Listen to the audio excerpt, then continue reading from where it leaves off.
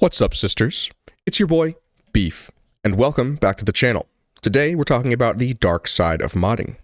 You know that feeling when you install a mod just for fun, and suddenly you're one-shotting bosses, tanking entire armies, and utterly breaking reality itself? Yep, we've all been there. So today, we're asking the big question. When does modding Baldur's Gate 3 go just a little bit too far? Let's talk about it. Modding Baldur's Gate 3 is absolutely one of my favorite things to do with the game. Hell, I made this whole channel dedicated entirely to modding the game. The new content coming out of the modding community is honestly so cool, and it's great to see the different ways that people are inspired by this game to build their own creations and publish them for free for other players to use. The Baldur's Gate 3 modding scene is thriving, kind of like Skyrim's, but with even more potential, at least in my opinion. With over 11,400 mods on the Nexus already and 3,600 on the in-game mod manager, there's something for literally everyone. Some of them make adjustments to the game's user interface, some of them add new clothing, some of them add new faces and races and dice, some of them add new armors and weapons, some add supplemental subclasses from 5th edition, while others add entirely new custom classes, and there are even fully custom campaigns in the works. The variety of mods available for this game is truly insane. That said, not all mods are created equal. Where clothing and interface mods make minor adjustments that won't greatly affect your game, new playable races, classes, and items can be utterly game-changing, either for better or worse. One of the key factors in maintaining an enjoyable experience in Baldur's Gate 3 is the delicate balance of game difficulty. Unlike tabletop D&D, where a dungeon master can adapt encounters on the fly to match the party's strength, BG3 operates within a fixed system. The game's difficulty is carefully designed around the assumption that players will have somewhat limited access to magic items, gold, and powerful abilities at certain points in their journey. When you introduce mods that add overpowered weapons, game-breaking spells, or entirely new class mechanics, that balance can quickly unravel. So let's be real here for a second. Baldur's Gate 3 is a single-player game, and modding is all about making the game better for you and your own personal experience. But where do we draw the line between enhancing our personal experience and absolutely obliterating it? There's something undeniably fun about breaking the game. Whether it's wielding a sword that deals 1,000 damage per hit, casting Meteor Swarm at level 1, or running around with infinite spell slots, overpowered mods just make you feel really cool. Players love that feeling of being unstoppable, and sometimes after struggling through a particularly tough fight, the idea of completely flipping the script and demolishing your enemies in seconds can feel incredibly satisfying. But that kind of power comes with a cost. One of the things that makes Baldur's Gate 3 so rewarding, at least for me, is its sense of progression.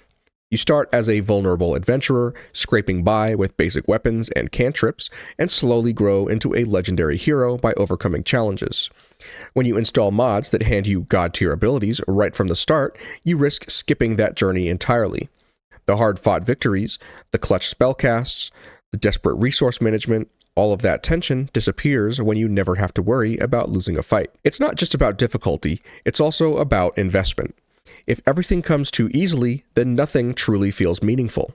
A fight that was originally meant to test your tactical skills becomes a mindless stomp, and soon even the most dramatic story moments can lose their impact. While overpowered mods can be fun for a short burst of chaos, they can also strip the game of its depth, making what was once a thrilling adventure feel more like pressing buttons in a sandbox with no stakes. As an example, there's a specific mod which spurred this conversation in the Discord server recently and inspired me to make this video.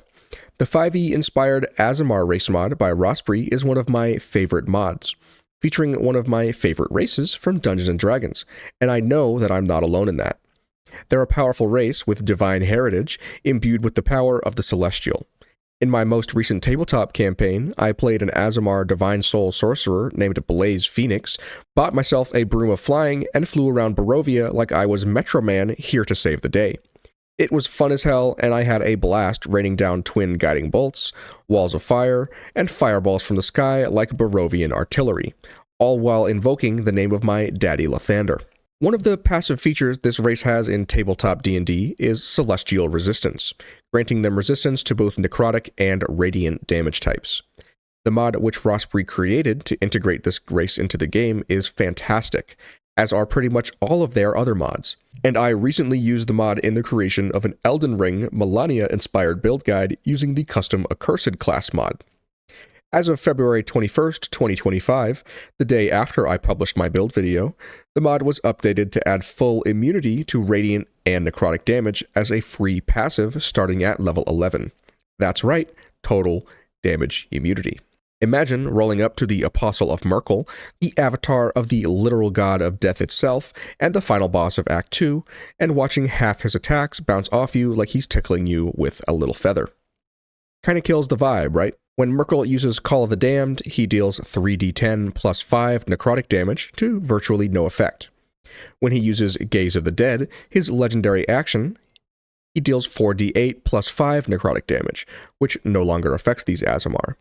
When Merkel swings his scythe, you will still possibly take 2d12 plus 7 slashing damage, but are immune to the 3d6 necrotic damage that comes with it. Not even Dame Aelin, the only Aasimar NPC in the base game, who is literally unkillable, I remind you, is still affected by these damage types. By having chosen to play an Aasimar, you effectively just trivialized one of the single coolest fights in the entire game, negating 2.5 of the possible actions he can make against your character. And he isn't the only encounter in the game that uses heavy, necrotic, and radiant damage types. Viconia Devere in the House of Grief has access to the Blight spell, dealing 8d8 necrotic damage. Her Bone Chill deals 1d8 necrotic damage. Her Inflict Wounds deals 3d10 necrotic damage. Her Spirit Guardians deals 3d8 necrotic damage per turn. Even her strongest move, Divine Intervention, Sunder the Heretical, a spell she can only use one time ever, deals 8d10 radiant damage in a large area of effect. The tooltip for this ability says that only Faithful Sharans will be spared. Yes, Faithful Sharans, and also modded Aasimar. Even her Faithful Sharans who use Beckoning Darkness, that ability no longer hurts you at all. Don't get me wrong, I absolutely love Rospre's mods. Their Aasimar race mod is fantastic and incredibly well polished, but the latest update adding full immunity to radiant and necrotic damage types at level 11, that's where it goes from faithful adaptation to a little bit of a balanced nightmare, with a surprisingly minor tweak. Because in Baldur's Gate 3, radiant and necrotic aren't just some niche damage types, they're core to the game's biggest fights. Maybe I'm just salty because the gimmick of my Millennia build was a high-risk, high-reward playstyle meant to deal massive self-inflicted necrotic damage in exchange for even larger necrotic damage output. And with immunity, you don't see the same benefits of self-inflicted low health. Damage immunities are notoriously rare in D&D, reserved almost exclusively for things like metallic constructs being immune to psychic damage because they have no brains, undead being immune to poison because they are already dead and have no blood, and other similar monster types. Rarely did these effects extend onto player characters without some cost or drawback otherwise, and even then are usually limited to resistances instead of total immunity. Baldur's Gate 3 is admittedly a narrative-driven game, but when the stakes are so low and the challenge is almost entirely negated, it can lead to the game feeling far less rewarding to complete, at least in my experience. That's not to say mods are the only culprit for overpowered abilities and passives. Larian Studios themselves is no stranger to introducing very powerful abilities to the game, many of which are a significant departure from tabletop D&D. Tavern Brawler, for example, combined with Strength Elixirs, is so powerful that it's basically the meta for the game, while D&D monks are notably lackluster. That said, Tavern Brawler monks are an absolute blast to play. Strength Elixirs can also be abused with a Titan String Bow on a Gloomstalker Assassin to obliterate all encounters in the first round. Arcane Acuity gives your Gish-style characters the ability to gain a plus 10 to spell save DC, combined with the Band of the Mystic Scoundrel allowing you to get a 100% chance of commanding 5 or more enemies to sit on the ground for a turn before you walk up to them and smack them down with a 4th level Divine Smite for 5d8 extra damage, then do it again for another 5d8. To be clear, this is one of my favorite builds in the base game, because it's absolutely fun as hell. Storm Sorcerer Tempest Clerics can also abuse the Wet status effect and Chain Lightning to do upwards of 200 plus damage with a single spell. The Resonance Stone allows players to double their psychic damage just by standing near their enemies. Barrelmancy can blow up a whole boss room with one firebolt and some careful explosive placement. Baldur's Gate 3 is undeniably a game designed to encourage your unique power fantasy, using your own creativity to identify different strategies and synergies that get you there by the end of the game. What counts as overpowered also isn't the same for everyone. One player might see a mod that grants a slightly stronger version of an existing spell as a fair enhancement, while another might view it as a completely game-breaking.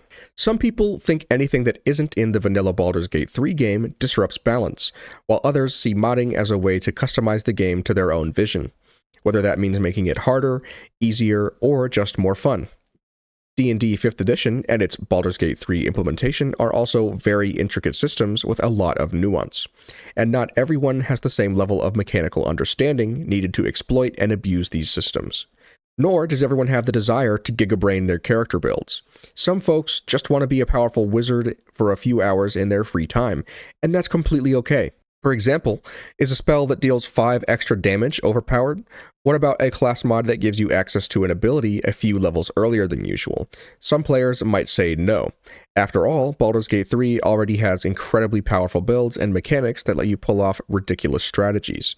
But if you start stacking small tweaks together, extra damage here, and extra action there, suddenly you're breaking encounters without even realizing it. There are also mods that push things even further, adding abilities far beyond anything in Dungeons & Dragons 5th edition. A subclass that lets you attack 6 times per action, a spell that insta-kills any boss for 40d 100 damage, or a piece of armor that makes you completely immune to damage. These go beyond optimization and into outright God mode territory. For some, that's exactly the kind of fun that they're looking for. For others, it ruins the challenge and sense of progression. At the end of the day, what's, quote, too much is entirely personal.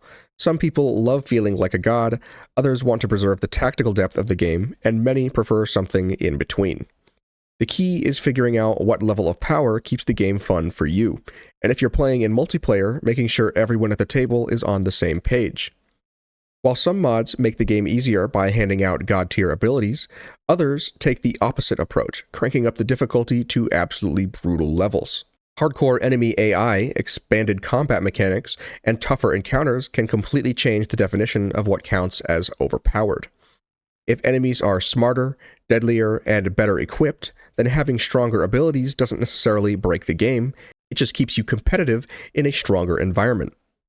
Take mods like Tactician Enhanced, Enemies Reworked, and Nightmare Difficulty AI / Combat Extender. These make enemies more aggressive, increase their health pools, grant them extra actions and bonus actions, damage boosting feats, and give them better coordination. Suddenly, that extra attack per turn or slightly stronger spell doesn't feel quite as broken. It feels necessary just to survive when a regular flaming fist archer is hitting you with a single arrow of humanoid slaying for 50 damage, action surging, and then doing it again. Some mods even add entirely new enemy abilities, making certain bosses as terrifying as their tabletop D&D counterparts. In these cases, the power curve is being raised across the board, which means that what once seemed overpowered in vanilla BG3 might now feel like a reasonable upgrade. When an archer can hit you for 50 damage, Ascended Astarion's 1d10 necrotic damage boost, and Strength Elixir Tavern Brawler seems a lot less busted. There are also mods that expand tactical depth rather than just making things harder.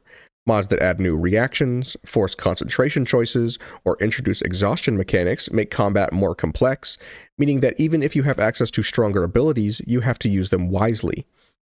When both players and enemies are getting buffs, the game retains its sense of challenge, and overpowered abilities become just one piece of a much larger, more intense combat puzzle. Ultimately, this creates an interesting balance. If you enjoy that power fantasy but still want a challenge, difficulty-enhancing mods can be a perfect solution. They allow you to experiment with stronger builds without trivializing the game, keeping battles exciting rather than one-sided. Instead of asking, is this mod overpowered, you start asking, is the game still fun and engaging with this mod installed? If the answer is yes, then maybe overpowered isn't the right word at all. At the end of the day, modding Baldur's Gate 3 is all about personal choice. It is a single-player, narrative-driven game, after all. Some players love breaking the game with absurdly powerful abilities, while others want to maintain the tactical challenge that makes every battle feel rewarding. And with difficulty-enhancing mods in the mix, even the most overpowered builds can still feel balanced within the right context. The real question isn't just whether a mod is overpowered, it's whether it enhances your experience. If a mod makes the game more fun, keeps combat engaging, and still gives you a sense of progression, then who's to say that it's too much? If you find yourself steamrolling every encounter with no effort, losing interest because nothing feels challenging anymore, then maybe it's time to dial it back. So where do you draw the line? Do you embrace total chaos, keep things balanced, or tweak the difficulty to match your power level? Let me know in the comments. I'd love to hear how you approach modding and balance in your own games. And as always, if you enjoyed the video, don't forget to like and subscribe for more Baldur's Gate 3 mod content. I don't often make videos like this, discussing more controversial topics in the RPG space. I usually make informative videos sharing new mods and creating fun thematic character builds using those mods, so let me know your thoughts in the comments below. Thank you so much for watching, and I will see you in the next one. Happy modding, y'all!